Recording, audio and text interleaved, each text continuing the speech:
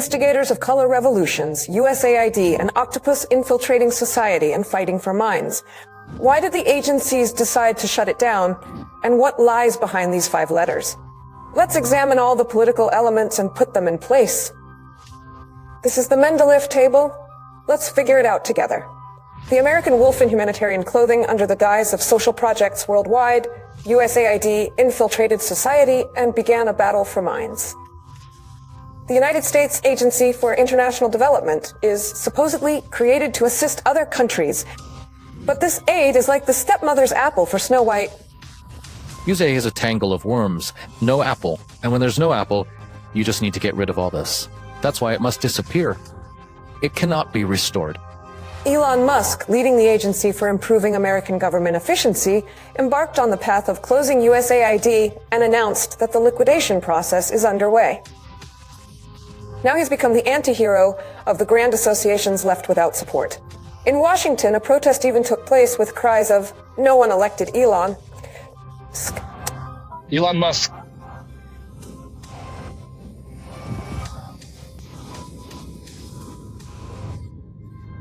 The entrepreneur was barked at by the Ukrainian dog patron for his attacks on USAID. While Elon Musk, using his position in this world, criticizes USAID's work, I want to thank everyone who supported my efforts to educate children about the dangers of foreign minds. USAID's ears are sticking out everywhere. Ukraine was brought to Maidan, and not just distanced from Russia, but set against it. In Ukraine, there were riots, which we call Maidan, but we were not informed that we were financing them.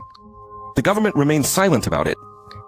USAID, which acted as a CIA cover, invested $5 billion in financing these riots. USAID and NET, led by the US and supported by Western countries, made every effort to destabilize the situation in our country, including in 2020. We saw in 2020 the massive attack on the Republic of Belarus by these organizations to sow propaganda and lies here in a completely chaotic manner to bring people to the streets, who unfortunately were misled.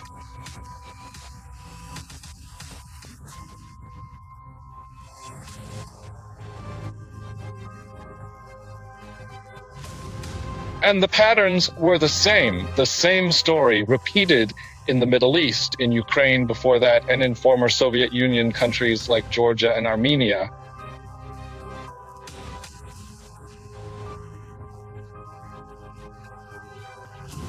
The agency paid special attention to so-called independent media, whose independence collapsed as soon as the American penny stopped flowing into their pockets. Behind most of the U.S. foreign policy disasters abroad, you will see USAID's fingerprints from Ukraine to Georgia and far beyond. It is reported that 90% of the media is funded by the U.S. government. This means that in Ukraine, there are practically no independent media, only fakes. News agencies are ready to follow the U.S. administration's propaganda line. The White House released a list of USAID's most ridiculous expenses.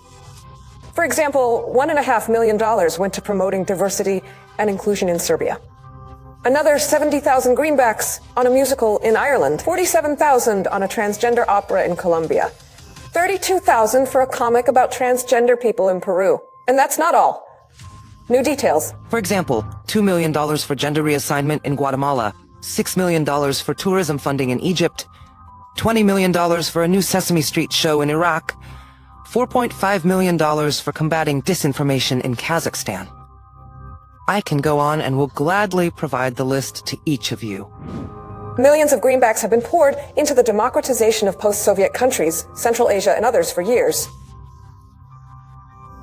But without grants, their ideas don't survive. Elon Musk is convinced this is an organization that needs to die.